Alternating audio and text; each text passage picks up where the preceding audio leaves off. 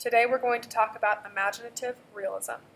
We'll talk about what it is, some artists and their works in this subject matter, in addition to the project options that you have to choose from for working on over the course of the next 3 class periods. Imaginative realism is taking a fantastical or imaginary subject and portraying it realistically in art. Take, for example, this girl falling through her window, or maybe even the dogs that are playing poker. These are both examples of imaginative realism.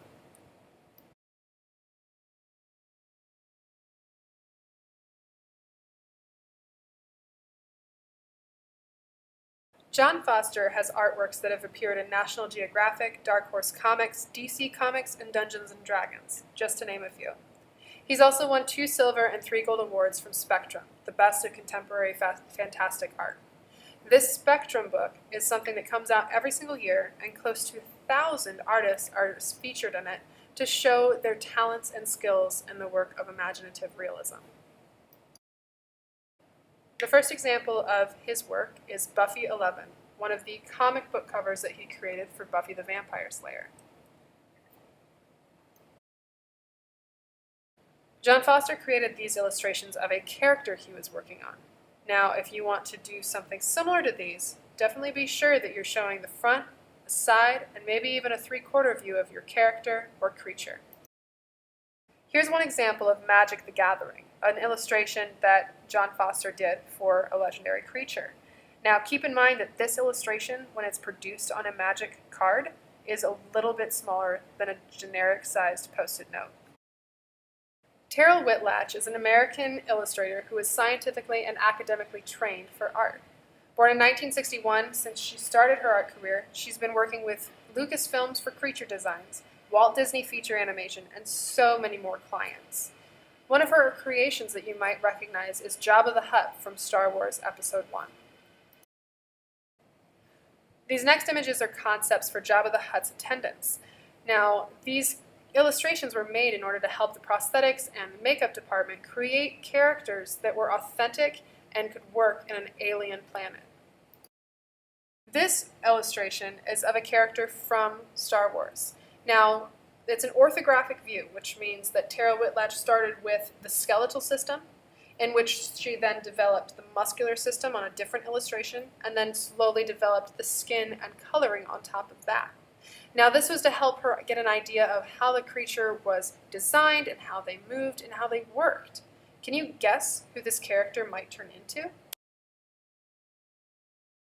If you guessed Sebulba, you got it right. On this illustration, we can see the skin on top of the skeletal and muscular system. We've got a profile view, a front view, and a rear view.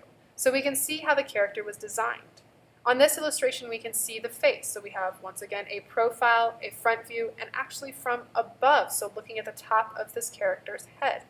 All of these illustrations were to help the animation department develop a character that looked authentic, and during those pod races, could actually look like the illustrations and like the artist had intended.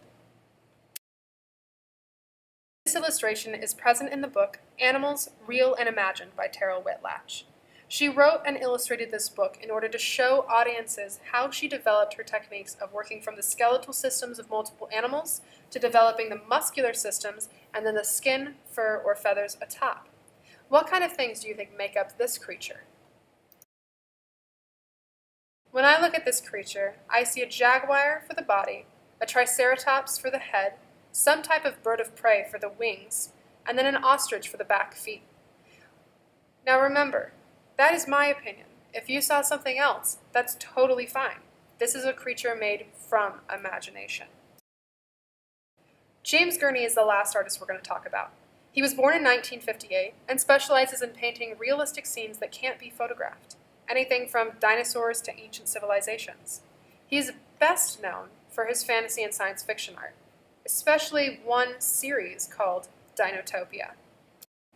Now, Dinotopia is this amazing universe that Gurney had created. He took the concept of humans had evolved to the way that we are today. And instead of having transportation that was run on gas or having some kinds of pets like cats and dogs, we have dinosaurs. So instead of riding a car to work or riding in a plane to get somewhere, you rode on top of a brachiosaur or you flew on top of a pterodactyl. Humans humans and the dinosaurs were fully functioning in a society together. They had dinosaurs that were essentially nurses or nannies for children.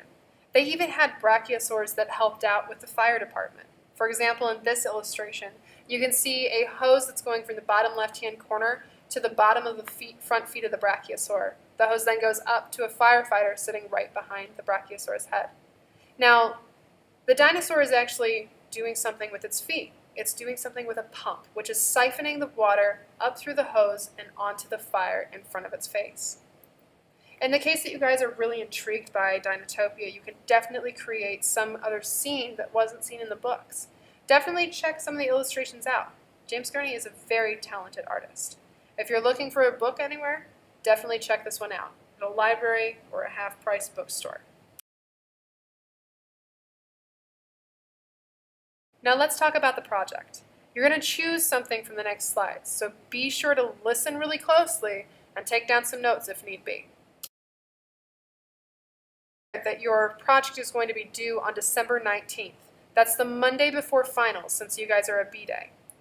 The 4 different choices include, first, 2 internal pages of the comic book. So that means you take your comic book character from our last unit and you create a fight scene that's in full color. Be aware that internal pages don't just have 1 illustration. There could be anywhere from 3 to 10 illustrations on an internal page. If you don't know what internal pages of comic books look like, definitely come talk to me, and I'll show you a few that I have in my possession. Number 2, you can create your own creature like those of Tara Whitlatch. So maybe mixing 2 animals together, or maybe an animal and a dinosaur. Be aware that I don't want to see a white background. I would rather see some kind of environment, whether it's trees, whether it's a rocky beach or a sandy beach, or some kind of water behind them. If you have some kind of small creature, give me some context that it's tiny, like say something landing on the petal of a flower. Or if it's gigantic, maybe it's sitting next to some kind of house pet.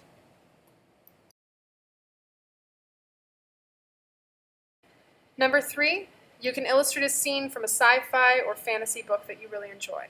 Whether it's Miss Peregrine's Home for Imaginary Children, or maybe something like Ender's Game. Now, this one also has an alternative choice. You can illustrate some new scene from a science fiction or fantasy movie.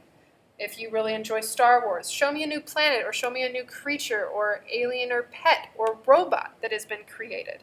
In the case that you are a huge fan of some kind of fantasy book, something with mythology, you can definitely show me something with the Greek gods, or maybe Norse mythology. Number 4 is to create a scene that takes place on a planet far, far away. Now, this doesn't mean that it has to be reliant on Star Wars. This just means that you're making a scene that takes place on a planet. Keyword, on a planet. That means if you were, for example, going to draw a lunar colony on the moon, you would want to figure out how they are surviving. So is there a biodome around their city or their farms? Are they permanently encapsulated in something? Now, if you're drawing a scene that takes place on a planet far, far away, that doesn't mean that you have to do people and animals. You could just do a 1 or a 2-point perspective that's showing the environment that the people are living in. No people are necessary here. Now for the requirements of the project. The project has to be done on project paper. You guys are going to be creating thumbnails for the first portion of today's class. So make sure once you get your project approved, you grab the project paper that I direct you towards. You're going to choose one of the mediums that we've used this semester. So that could be charcoal, graphite, watercolor, or ink. I'm also going to be bringing in colored pencils for those of you who enjoy color but can't stand watercolor and ink. Number 3. This project has to be completed in the next roughly 3 class periods. So that means that on December 19th, you walk into class and you're ready to critique. Be aware that this project is worth 75 points. 75 points is the same as your comic book cover, your portrait, your skull, and your geometric form project. Also, it's the same as all of your body and facial feature packets put together. Make sure that as you're working on this project that you stay on task. That's the only way that you will be able to get this done in a timely manner. So if we have too much talking, that's a detriment to your grade and to your project in the long run. Let's talk about the sales pitch. First, you're going to need to create a thumbnail on a half sheet of paper or in your sketchbook. I'm going to have an example on the materials table for you to look at if you need to see what one looks like. Second, you're going to show your idea to me and do your best to sell it, proving that you can complete the assignment by its due date without too many distractions. Some things that I need to know before I can give you approval to start on your project are what materials you will be using, what the subject of your project is or what is happening in the scene, and third, what's in the background or around the subject. I need to know all three of these things before I can give you any kind of approval for you to start your project. In the case that you're stumped on what to do ever, just ask me. I am here to help you and I can brainstorm ideas with you too. But if you really want a quick rundown, here's some topics. You've got mythology, fantasy, science fiction, alien landscapes, dragons, mythical creatures, dinosaurs doing everyday tasks, animals where they don't belong, demons or hell-like beasts, animals in human clothing, or maybe you want to turn someone, or yourself, into a character from Miss Peregrine's Home for Peculiar Children. After this video ends, you're going to have 30 minutes to complete your thumbnail illustration. At the end of 30 minutes, I'm going to walk around to hear your sales pitch at your table. So be ready. In case that you want to learn anything more about James Gurney, Terrell Whitlatch, or John Foster, you can definitely check out these websites.